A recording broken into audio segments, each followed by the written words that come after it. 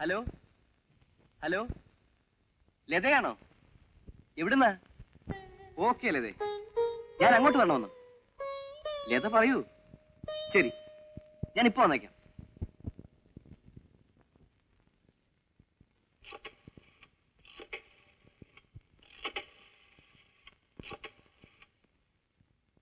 Hello, ആ room number 23 ഒന്ന് വേണമല്ലോ.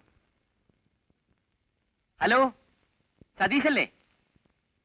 ആ ഓക്കെ, ഞാൻ ഇപ്പൊ വരാം. അതേടാ.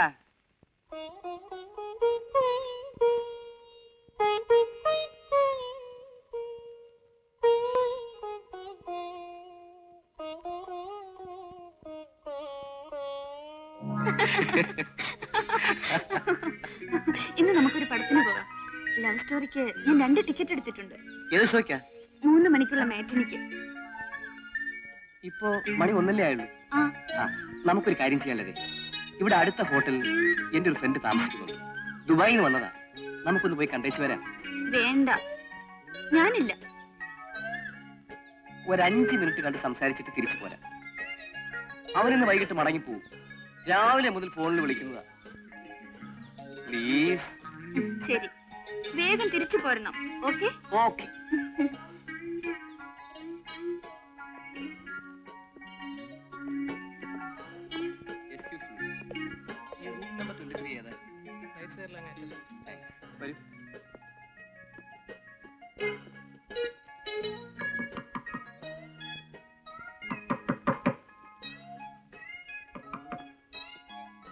ഹലോ, ഇതാരും മോഹനോ? വരൂ, ഇരിക്കൂ ഇരിക്കൂ. അല്ല, ഇതാര്? തന്റെ വൈഫോ? വൈഫായില്ല, വിവാഹം കഴിക്കാൻ പോകുന്നതേ ഉള്ളൂ. പേര് ലത. ആ ലതേ, ഇതെന്റെ ഒരു പഴയ സുഹൃത്താണ്, മിസ്റ്റർ സതീഷ്. ദുബായിക്കാരനാ. ആ, തനിക്കെന്താണ് ഒരു പ്രയാസം? ഒന്നുമില്ല. ഇവരുമായി വരുന്ന കാര്യം തനിക്കൊന്ന് നേരത്തെ വിളിച്ച് പറയാമായിരുന്നല്ലോ. ഓ, അപ്പൊ വിളിച്ച് അനുഭവം ചോദിച്ചിട്ടേ വരാൻ പാടുള്ളൂ. അല്ല പിന്നെ എനിക്ക് എയർപോർട്ട് വരെ പോകേണ്ട ഒരു കാര്യം ഉണ്ടായിരുന്നു. എന്റെ ഒരു ഫ്രണ്ട് വരുന്നുണ്ട്. അത് ശരി, അപ്പൊ ഞങ്ങള് പോകണം അല്ലേ? ശരി, പോവാ. ഇരിക്കടോ, താൻ എന്തൊരാളാ. ഞാൻ അവനെ കണ്ടിട്ട് 1 മണിക്കൂറിനുള്ളിൽ വരും. അതിനായി. അപ്പൊ പോയിട്ട് വാ. പിന്നെ ഞാൻ തിരിച്ചു വരുന്നതിന് മുമ്പ് പോയിക്കളല്ലേ?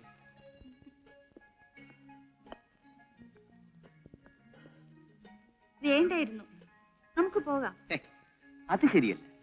ഇനി അവൻ വന്നിട്ട് നമുക്ക് പോകാം.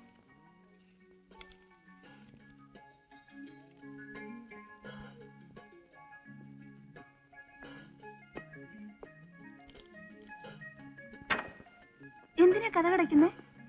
അതെ, ഹോട്ടലല്ലേ, വരുന്നവരും പോകുന്നവരും ഒക്കെ നോക്കിക്കൊണ്ടു പോവും. പ്രത്യേകിച്ചും ഒരു പെണ്ണിരിക്കുന്ന കണ്ടാൽ.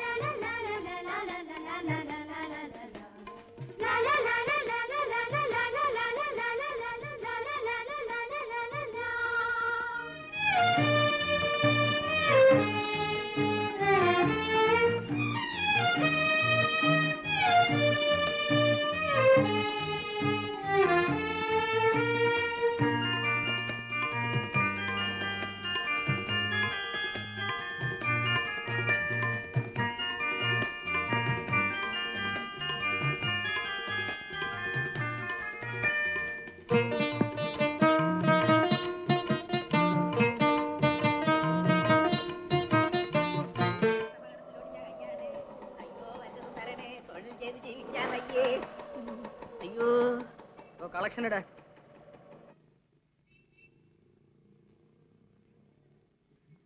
എന്താടോ 12 രൂപയോ? ഇതുകൊണ്ട് എന്റെ സ്കൂട്ടറിന് പെട്രോൾ അടിക്കാൻ പോലും തികയില്ലല്ലോ.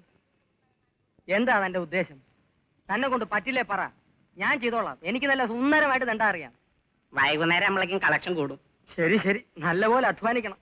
നിങ്ങളെയൊക്കെ വിശ്വസിച്ചാ ഞാൻ ഈ സ്കൂട്ടർ വാങ്ങിയത്. ഇടോ, നടന്നു വരുമ്പോഴും സൈക്കിളിൽ വരുമ്പോഴും സ്കൂട്ടറിൽ വരുമ്പോഴും എല്ലാം ഒരേ കണക്കിലാണല്ലോ താൻ കളക്ഷൻ തരുന്നത്. വെറുതെ വീണ്ടും എന്നെ തെണ്ടിയാക്കരുത്. നീ മറ്റുള്ളവന്മാരൊക്കെ നോക്കിയിട്ട് വരാ. വിളിക്കടോ, കൈ അതിനകത്തോട്ട് ഇട്ടിട്ട് വിളി. ഇടാ മുതലാളി. അയ്യോ, കാറപകടത്തിലൊടിഞ്ഞ കയ്യാണേ. കൈയുള്ളവരെ ഈ കൈയില്ലാത്തവരെ അയ്യോ. ചിത്ര തിയേറ്ററിൽ ഒരു പടം ഓടുന്നുണ്ട്, ഗംഭീര പടവാ. ഞാൻ 2-3 പ്രാവശ്യം കണ്ടതാ. എത്ര കണ്ടാലും മതിയാവില്ല. ആ പറഞ്ഞില്ലല്ലോ. മുതലാളി, അയ്യോ.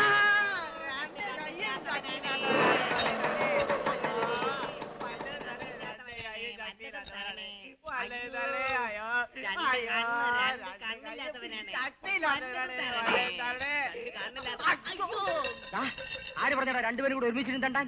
മുതലാളി, രണ്ടുപേരും ഒരുമിച്ചിരുന്നാലേ കളക്ഷൻ കൂടൂ. ആഹാ, എടോ, തെണ്ടുന്നതിനെ കുറിച്ച് താൻ കൂടുതലൊന്നും എന്നോട് പറയരുത്. എവിടെ ഇരുന്ന് എങ്ങനെ തന്റെ ആ കളക്ഷൻ കൂടുമെന്ന് എനിക്കറിയാം. തന്നെ പഠിപ്പിക്കരുത്. ഡേ, നീ ആശുപത്രിക്ക് പോ, കളക്ഷൻ ഇട്. ആ വയ്ക്കോ. നിന്റെ കളക്ഷൻ എവിടെ? കാല് മാറ്റടേ. Filter Wills. എടോ, 50 പേരെ വെച്ച് തെണ്ടിപ്പിക്കുന്ന ഞാൻ വലിക്കുന്ന ചാർമിനാർ.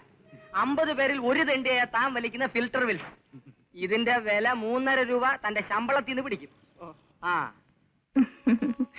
എന്താ ശ്രദ്ധിച്ചിരിക്കുന്നത്? എന്നെ ഓർത്തിട്ട് തന്നെ. കാര്യം പറയൂ. ഗോപിയേട്ടന്റെ സോറി സാറിന്റെ കവിത ഞാൻ ഓർത്തുപോയി.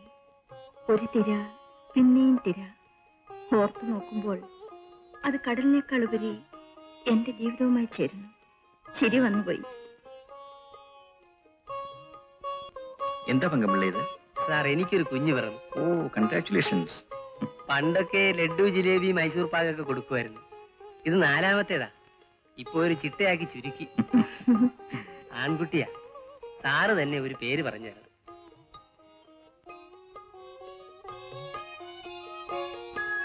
രാജൻ നിൽക്കുന്നതാ നല്ലത്. വേണ്ട രവി. രാജൻ, രവി, രാജൻ നിൽത്താൽ മതി. രവി, രവി, രവി, രവി. കല്യാണം കഴിഞ്ഞില്ല, അതിനു മുമ്പ് കുഞ്ഞിന്റെ പേരിനെ ചൊല്ലി നമ്മൾ നടക്കുന്നത്. പങ്കമുള്ള ഒരു കാര്യം ചെയ്യും.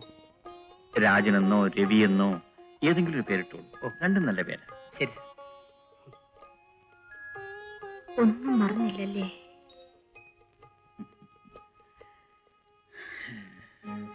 അയ്യോ, കാലയേട്ടാ, ഒട്ടിഞ്ഞ കാലത്തെ നാട്ടരെ വല്ലതും തരണേ. ഓ, ഒട്ടിഞ്ഞ കാലാണേ, വല്ലതും തരണട്ടോ നാട്ടരെ. ഒട്ടിഞ്ഞ കാലം നാട്ടരെ, വല്ലതും തരണേ. ഈ കാല് വെച്ചിട്ട് ഒരു ജോലിയും ചെയ്യാൻ പറ്റില്ല. കളക്ഷൻ എടുക്കണേ.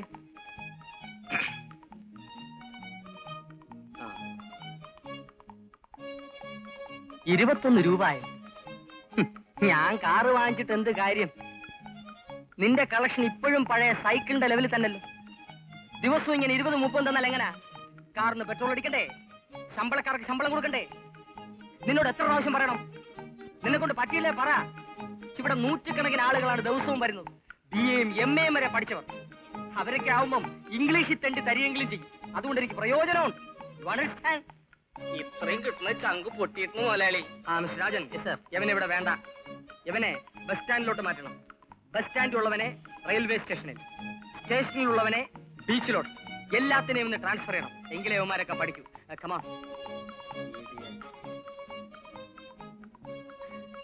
മിസ്റ്റർ രാജൻ സർ, ആ BA-ക്കാർ 2 വന്നിട്ടില്ലേ? അവരെ നാളെ വേഷം മാറ്റി എയർപോർട്ടിലോട്ട് അയക്കൂ. Yes sir. കയറൂ.